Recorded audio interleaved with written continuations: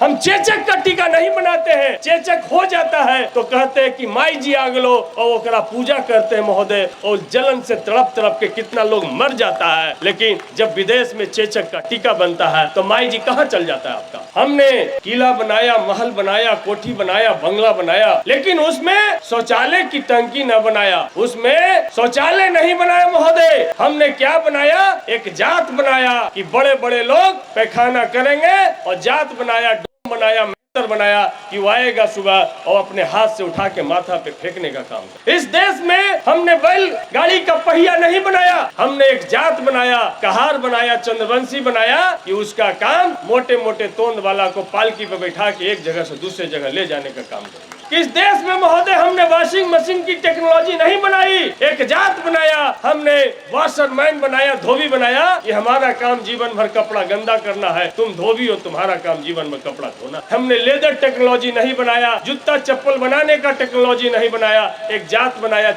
बनाया कि तुम्हारा काम जूता और चप्पल बनाना है, और जरूरत पड़ा तो जूता और चप्पल खाना भी है तुम्हारा काम। ये व्यवस्था हमने बनाया महोदय। हमने इस देश में दूध सबके लिए अनिवार्य किया कि भाई सब लोग दूध पीना बहुत अच्छी बात है, लेकिन गाय पालना सबकी बस नहीं है, इसलिए जात बनाया, गोवाला बनाया, यादव बनाया कि तुम गाय भैंस पालेगा, दूध दूध के हमरा ही रोज रोज पहुँचा देना, ये तुम्हारी एक जात हमने बना। ये भारत का मनुवाद, ये भारत का ब्राह्मणवाद। हमने स्पष्ट रूप से इस देश में बाल कटिंग के लिए हेयर कटिंग टेक्नोलॉजी नहीं बनाया, हमने एक जात बनाया, नाय बनाया, ठाकुर बनाया कि तुम्हारा काम बाल काटना है, तुम्हारा काम बाल नाखून काटना है। हमने डॉक्टर नहीं बनाया, नर्सिंग होम नहीं बनाया, एक जात ही बना दिया, बनाया कि जिसके यहाँ डिलीवरी होना हो बुला चमैया को, और को बुला करके डिलीवरी करवाया, और उसके साथ हमने क्या व्यवहार किया महोदय। तो इस तरीके से भारत के एक एक जात का विश्लेषण कीजिए, तो हमने टेक्नोलॉजी नहीं बनाया, साइंस नहीं बनाया, हमने जात बनाया, वही ये भारत देश है महोदय। और यहाँ से आप क्या उम्मीद करते हैं, दुनिया की सबसे बड़ी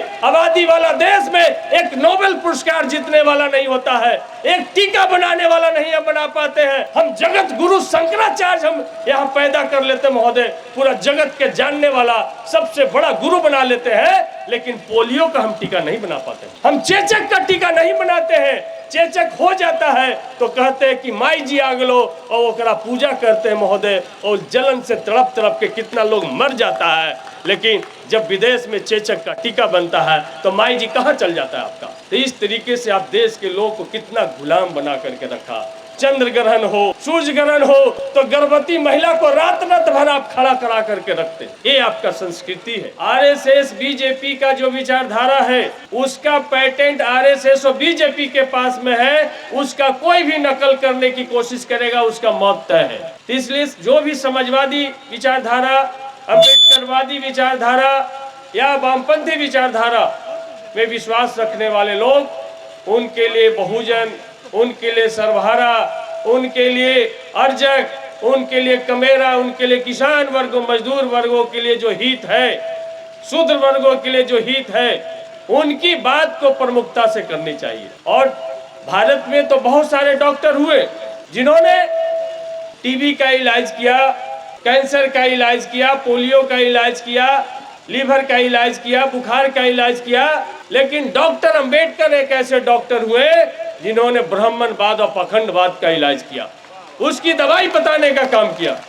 लेकिन उस डॉक्टर की बात को हम रोज उस डॉक्टर की चर्चा करते हैं, लेकिन उनके बताए हुए रास्ते पर हमें चलने में तकलीफ होती है, हमें शर्म आती है। इसीलिए भारत का दुर्दशा है कि 3% वाला एंटीना वाला वर्ग हम पर शासन कर रहा है, और 97% लोग गुलाम के रूप में अपने जीवन यापन कर रहे हैं। इसीलिए मुझे भी विधानसभा जाने का मौका मिला, और विधानसभा का आप ऐतिहासिक भाषण मेरा निकाल के सुनिए। हमने 7 मार्च 2025 को मैंने विधानसभा में पहली बार मनुस्मृति का पाठ किया। हमने कहा कि अध्यक्ष महोदय, यही वो मनुस्मृति है जो कहता है कि ब्राह्मण और शूद्र एक आसन पे बैठे तो उसकी चूतर कटवा लो या उसकी चूतर पर दगवा करके देश से निकाला कर दो। क्या किसी कुत्ता, किसी गधा, किसी सुअर के लिए सजा मुकर्रर किया गया होगा महोदय? लेकिन भारत के शूद्रों के लिए ब्राह्मणवादियों ने, मनुवादियों ने इस तरीके का उनके लिए सजा का प्रावधान किया है,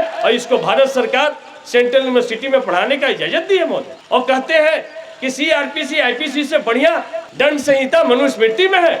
हमने मनुस्मृति का ही पाठ नहीं किया। हमने कहा कि महोदय, इस भारत के मनुवाद ब्राह्मणवादी व्यवस्था को समझना है तो कांची लैया की बुक हमने पढ़ा, हिंदुत्व मुक्त भारत की ओर। उसमें उन्होंने स्पष्ट रूप से कहा कि इस देश में हमने किला बनाया, महल बनाया, कोठी बनाया, बंगला बनाया, लेकिन उसमें शौचालय की टंकी न बनाया, उसमें शौचालय नहीं बनाया महोदय। हमने क्या बनाया? एक जात बनाया कि बड़े बड़े लोग पैखाना करेंगे, और जात बनाया, डोम बनाया, मेहतर बनाया कि वो आएगा सुबह और अपने हाथ से उठा के माथा पे फेंकने का काम कर। इस देश में हमने बैल गाड़ी का पहिया नहीं बनाया, हमने एक जात बनाया, कहार बनाया, चंद्रवंशी बनाया कि उसका काम मोटे मोटे तोंद वाला को पालकी पे बैठा के एक जगह से दूसरे जगह ले जाने का काम कर। हमने कहा कि इस देश में महोदय हमने वॉशिंग मशीन की टेक्नोलॉजी नहीं बनाई, एक जात बनाया, हमने वॉशरमैन बनाया, धोबी बनाया।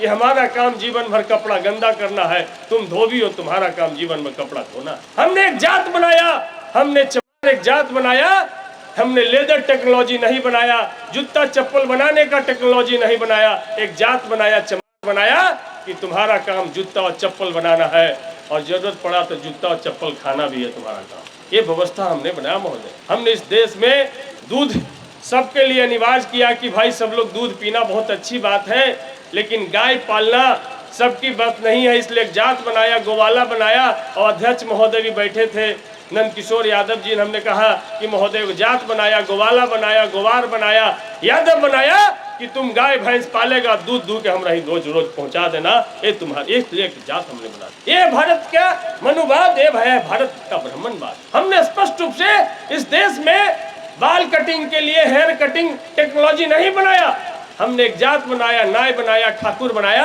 कि तुम्हारा काम बाल काटना है, तुम्हारा काम बाल नाखून काटना है। हमने डॉक्टर नहीं बनाया, नर्सिंग होम नहीं बनाया, एक जात ही बना दिया, बनाया कि जिसके यहाँ डिलीवरी होना हो बुला चमैया को, और चमैया को बुला करके डिलीवरी करवाया, और उसके साथ हमने क्या व्यवहार किया महोदय। तो इस तरीके से भारत के एक एक जात का विश्लेषण कीजिए, तो हमने टेक्नोलॉजी नहीं बनाया, साइंस नहीं बनाया, हमने जात बनाया, वही ये भारत देश है महोदय। और यहाँ से आप क्या उम्मीद करते हैं कि यहाँ से इतने कम देश की, दुनिया की सबसे बड़ी आबादी वाला देश में एक नोबेल पुरस्कार जीतने वाला नहीं होता है, एक टीका बनाने वाला नहीं हम बना पाते हैं। हम जगत गुरु शंकराचार्य हम यहाँ पैदा कर लेते महोदय, पूरा जगत के जानने वाला सबसे बड़ा गुरु बना लेते हैं, लेकिन पोलियो का हम टीका नहीं बना पाते। हम चेचक का टीका नहीं बनाते हैं, चेचक हो जाता है तो कहते हैं कि माई जी आगलो, और ओकरा पूजा करते हैं महोदय, और जलन से तड़प तड़प के कितना लोग मर जाता है। लेकिन जब विदेश में चेचक का टीका बनता है तो माई जी कहाँ चल जाता है आपका। तो इस तरीके से आप देश के लोगों को कितना गुलाम बना करके रखा। चंद्र ग्रहण हो, सूर्य ग्रहण हो तो गर्भवती महिला को रात रात भर आप खड़ा करा करके रखते। ये आपका संस्कृति है, यही संस्कृति है, ये वैज्ञानिक चेतना पर आधारित आपकी संस्कृति है। तो अर्जक संघ की भूमिका आज के डेट में, अर्जक संघ की भूमिका आज जब पाखंडवाद, मनुवाद और पूंजीवाद का जब गठजोड़ हो गया है और भारत में शासन और सत्ता उसके हाथ में चला आया है, तो पाखंडवाद के खिलाफ में अर्जक संघ की वही भूमिका है जो आजादी की लड़ाई में भगत सिंह की भूमिका थी। इसीलिए जिस तरीके से ज्योतिबा फूले, सावित्रीबाई फूले ने संकल्प के साथ में पाखंडवाद के खिलाफ में लड़ने का काम किया, चाहे संत कबीर, संत रैदास ने पाखंडवाद को धज्जी उड़ाने का काम किया, वही भूमिका आज अर्जक संघ की होनी चाहिए। और अर्जक संघ, हम तो कहते हैं कि अर्जक संघ वैज्ञानिक सोच का एक विश्वविद्यालय है। इस विद्यालय से सैकड़ों स्टूडेंट निकलते हैं, प्रोफेसर निकलते हैं। अर्जक संघ का एक व्यक्ति उनके जगत गुरु पे भारी है। अर्जक संघ का एक साधारण व्यक्ति सीढ़ी 408 सीढ़ी जगत गुरु कोई भी आ जाए उनके ऊपर भारी है, उनके सवालों का जवाब वो नहीं दे सकते हैं। इसलिए आज अर्जक संघ की प्रासंगिकता बहुत महत्वपूर्ण है। और आज हम जिस जगह पे इस राष्ट्रीय सम्मेलन को कर रहे हैं, ये बोध गया की धरती है, जहाँ से तथागत महामानव गौतम बुद्ध ने पूरी दुनिया को सत्य, हिंसा, करुणा, दया का शिक्षा दिया। लेकिन आज इन तमाम चीजों से भारत का नाम का चीज है नहीं। सही कहा अरुण गुप्ता जी ने कि भाई शपथ लेते हैं आप रामायण का, महाभारत का, भगवान का नाम लेकर के शपथ लेते हैं, लेकिन सारा काम आप झूठ बोलने का काम करते हैं। एक एक काम, एक एक पॉलिसी जनता को उल्लू बनाने वाला, जनता को बेवकूफ बनाने वाला काम करते हैं। हमारे यहाँ बराबर महोत्सव होता है। बराबर की गुफाएं जो सम्राट अशोक कालीन गुफाएं हैं, दुनिया का पहला मानव निर्मित गुफाएं, हम उसमें विधायक थे वहाँ पे। तो बराबर महोत्सव की गुफाओं का पूजा हो रहा था। उस पूजा में एक जो पदाधिकारी ब्राह्मण पुजारी वहाँ बैठा था, वो सीओ स्तर का पदाधिकारी था। पंडित जी ने कहा कि भैया बेल्ट खोल दीजिए, पर्स निकाल दीजिए, और सब चीज करने के बाद, संकल्प कराने के बाद कहा कि द्रव्य समर्पयामि, अब पैसा दान दक्षिणा दीजिए। तो हमने पीछे बैठे बैठे हमने कहा कि सीओ साहब, घूस वाला पैसा नहीं दीजिएगा, और नहीं तो कोढ़ी फूटना तय है। और मोटेशन में जो घूस लिए वो वाला पैसा नहीं दीजिएगा, अगर वेतन वाला पैसा होगा तो दीजिएगा। सीओ वहां से उठा और फिर दोबारा नजर नहीं आया। सोच लीजिए, आप पैसा भी भगवान पे चढ़ा रहे हैं, तो आपका कैसा भगवान की घूस वाला पैसा स्वीकार कर ले रहा? उसको घूस वाला पैसा है कि कोठा वाला पैसा है, ये भी उसको अंतर नहीं समझ में आ रहा। हालात ये है। तो टोटल लोग भ्रष्टाचार कर रहे हैं, और कुछ उसमें से 1% से भी कम पैसा जाके मंदिर मस्जिद में दान कर दे रहे हैं, और समझ रहे हैं कि सारा पाप से हम कल्याण हो गए। तो भगवान पाप छुपाने का जगह हो गया है, पाप को निकालने वाला जगह नहीं है, पाप को छुपाने वाला जगह। भगवान का नाम के आड़ में पाप लोग छुपाते हैं, ये स्पष्ट रूप से हम देखने का काम किए हैं। हमने कहा, हमारे कार्यकर्ताओं के बीच में बहुत द्वंद्व हुआ। हम कहें कि भाई हम नल्ली नहीं बनाएंगे, हम पीसीसी 2 साल तक नहीं बनाएंगे। तो लोगों ने कहा कि विधायक तो यही लेगी बनैली है कि नल्ली भी ना बनेगा, हमनी के पीसीसी भी ना बनेगा। हम कि 70 साल से 75 साल से नल्ली गली बने, तो हम हर एक पंचायत में बाबा भीमराव अम्बेडकर के नाम पे पुस्तकालय बनेबो, और जब पुस्तकालय बन जेतो तब नल्ली और गली बनेबो। हमने 30 पंचायत में से 22 पंचायत में डॉक्टर भीमराव अम्बेडकर पुस्तकालय बनाने का काम किया। सदन के अंदर जब हम गए तो शपथ के दिन ही हमने देखा कि आरएसएस के जो लोग आ रहे थे, 7 रंग का टीका लगा करके और जोर जोर से चिल्ला रहे थे, जय श्री राम, हर हर महादेव। तो हमको लगा कि भैया ये अयोध्या के मंदिर में तो हम आए नहीं, ये बाबा साहब के सबसे बड़े मंदिर में आए हैं। यहाँ तो दूसरा नारा लगना चाहिए, लेकिन ये नारा लग रहा अयोध्या के मंदिर वाला। हमसे बर्दाश्त हुआ नहीं। थोड़ा देर के बाद हमसे बर्दाश्त जब नहीं हुआ तो हम उठे और हम जय जय जय जय जय भीम का नारा लगाए। तो मेरे साथ कोई नहीं बोले। तो मांझी से एक विधायक जीते थे, सत्येंद्र यादव जी, वो मेरे साथ खड़ा होकर के मेरे साथ नारा लगाने लगे। फिर धीरे धीरे विपक्ष के लोगों को लगा कि ये भी बोला जा सकता है यहाँ। फिर सब लोग उठ करके बोलने लगे, और जय श्री राम का जवाब वहाँ जय भीम बन गया। और तेजस्वी यादव जी ने कहा कि लो, जय श्री राम का दवाई मिल गया। तो इस तरीके से साहस दिखानी चाहिए। 2 छाती की हड्डी मेरी टूटी तो टूटी, लेकिन हमने अपना इतिहास वहाँ विधानसभा के अंदर हमने रखने का काम किया, मनुस्मृति को पढ़ने का काम किया, और उनके पाखंडवाद की धज्जी धज्जी सदन के अंदर हमने उड़ाने का काम किया।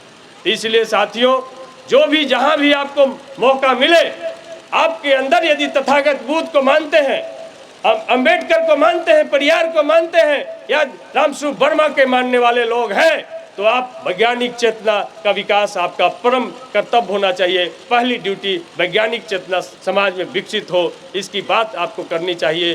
खुल करके पाखंडवाद पे हमला करनी चाहिए। यदि पाखंडवाद पे हमला नहीं करेंगे तो अभी तो इतना लोग बचे हैं, यदि नहीं करेंगे तो 10-20 लोग के बीच में आने वाला दिन में हमको राष्ट्रीय सम्मेलन करना पड़ेगा। इस तरीके से मनुवाद और ब्राह्मणवाद हावी होता जा रहा है। तो हम जितना जोर से लड़ेंगे, मुझे मालूम है कि किसी बड़े तालाब का पानी हम उपज के नहीं सुखा सकते हैं, तो इसका मतलब क्या, हम किनारे में बैठ के कंकड़ मार के हलचल भी पैदा नहीं कर सकते हैं। तो अर्जक संघ पूरे देश में हलचल पैदा कर सकता है। अर्जक संघ मनुवाद पाखंडवाद के खिलाफ में हलचल पैदा कर सकता है, और जब हलचल पैदा करेंगे तो नई पीढ़ी आपके साथ में आने के लिए तैयार है। पुरानी पीढ़ी और नई पीढ़ी के बीच में सामंजस्य का काम करना होगा, गठजोड़ का काम करना पड़ेगा। पूंजीवादी, ब्राह्मणवादी, मनुवादी ताकतें गठबंधन बना करके सरकार बना लेती है, तो हम भी समान विचारधारा वाले लोग, हम भी गठबंधन बना करके मनुवाद पाखंडवाद के खिलाफ में लड़ाई लड़ेंगे। ये संकल्प लेना होगा, और इस राष्ट्रीय सम्मेलन से ये तय होना चाहिए हमारा एक आग्रह है कि हम गठबंधन बनाने का एक प्लेटफॉर्म बने कि सारे समान विचारधारा वाले लोग जो अलग अलग लड़ रहे हैं, एक एजेंडा पे, एक तरीके से पाखंडवाद और मनुवाद के खिलाफ में, पूंजीवाद के खिलाफ में हम एक एजेंडा बना करके एक साथ लड़े। नहीं तो शिक्षा, स्वास्थ्य, रोजगार, वोट का अधिकार तमाम चीज छीने जाएंगे। चाहे ईवीएम हो, SIR हो, आपके वोट जब चाहे काटे जाएंगे, आपको वोट देने से वंचित किए जाएंगे। तो यदि हम नहीं लड़ेंगे तो लोकतंत्र भी सुरक्षित नहीं, आपका जीवन भी सुरक्षित नहीं रहेगा। इन्हीं बातों के साथ बहुत सारे वक्ता हैं, हम अपनी बात को समाप्त करते हैं एक लाइन बोल करके कि उठा है तूफान, जमाना बदल रहा। अब जागा है गांव घर का नौजवान, जमाना बदल रहा। अब इन काली कुटिया से भी देखो फूट रहे हैं उजाले। अब थर थर थर थर कांप रहे हैं ये हाफ पैंट वाले, ये 2 दिन का मेहमान। जमाना बदल रहा, उठा है तूफान, जमाना बदल रहा। बहुत बहुत धन्यवाद।